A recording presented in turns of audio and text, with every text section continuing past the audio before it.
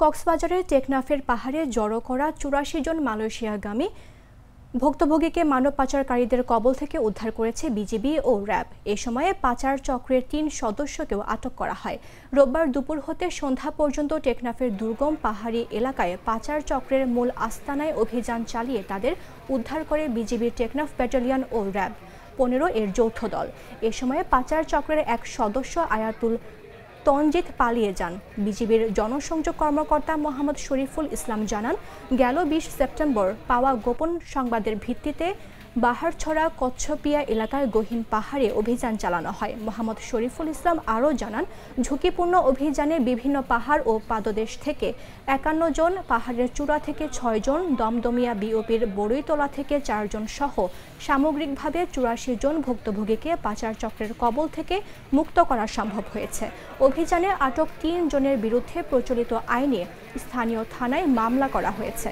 সীমান্তে মানব পাচার ও অপরাধ কাণ্ড বন্ধে বিজিবি ও র্যাব জিরো টলারেন্স নীতিতে অবস্থান করছে। সমন্বিত এ প্রচেষ্টা ভবিষ্যতেও অব্যাহত থাকবে বলে উল্লেখ করেন তিনি। সীমান্তে অস্ত্রের পরিমাণ কিছুটা বেড়েছে, আমরাও তথ্য পেয়েছি।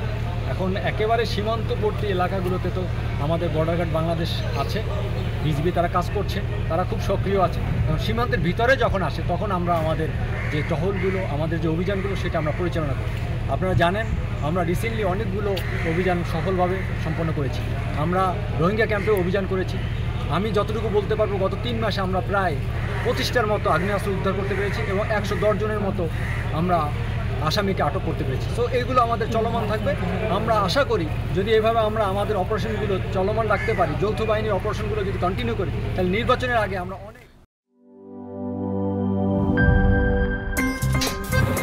আমার একটা স্মার্ট সিদ্ধান্তে ২৫% গ্যাসের খরচ কমেছে। ভাবছেন কিভাবে? সাধারণ গ্যাস স্টোভ বদলে আমি এনেছি আরএফএল গ্যাস স্টোভ। এর সাইন্টিফিক নজল ও ব্রাস বার্নার ক্যাপ সমানভাবে তাপ ছড়িয়ে রান্না করে দ্রুত। তাই গ্যাসও বাঁচায় ২৫%, টাকাও বাঁচে ২৫%। আরএফএল গ্যাস স্টোভ নিরাপদ ও গ্যাস সাশ্রয়ী।